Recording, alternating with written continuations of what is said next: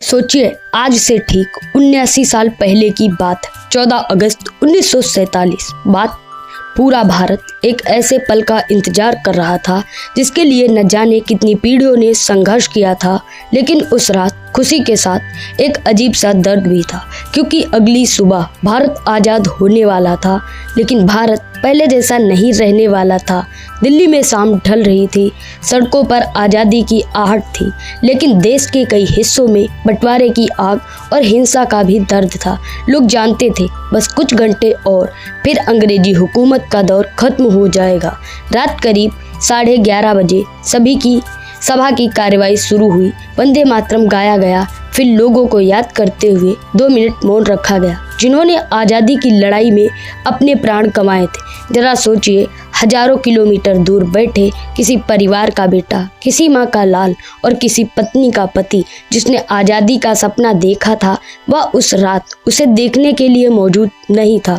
घड़ी की सुइयां धीरे धीरे घड़ी की तरफ बढ़ रही थी और फिर 12 बजे एक युग समाप्त हुआ और भारत एक नए युग में प्रवेश कर गया।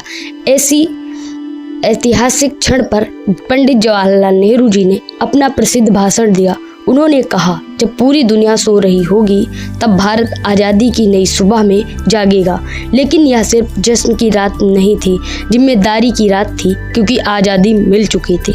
अब सवाल था, क्या भारत बस इस आज़ादी को संभाल पाएगा? नेहरू जी ने साफ कहा था कि स्वतंत्रता आने पर सत्ता के साथ जिम्मेदारी भी आती है। गरीबी मिटानी है, अज्ञानता से लड़ना है, देश को एक साथ खड़ा करना है और उन लाखों लोगों के सपने को सच करना है जिन्होंने आज़ादी के लिए अपना सब कुछ दे दिया।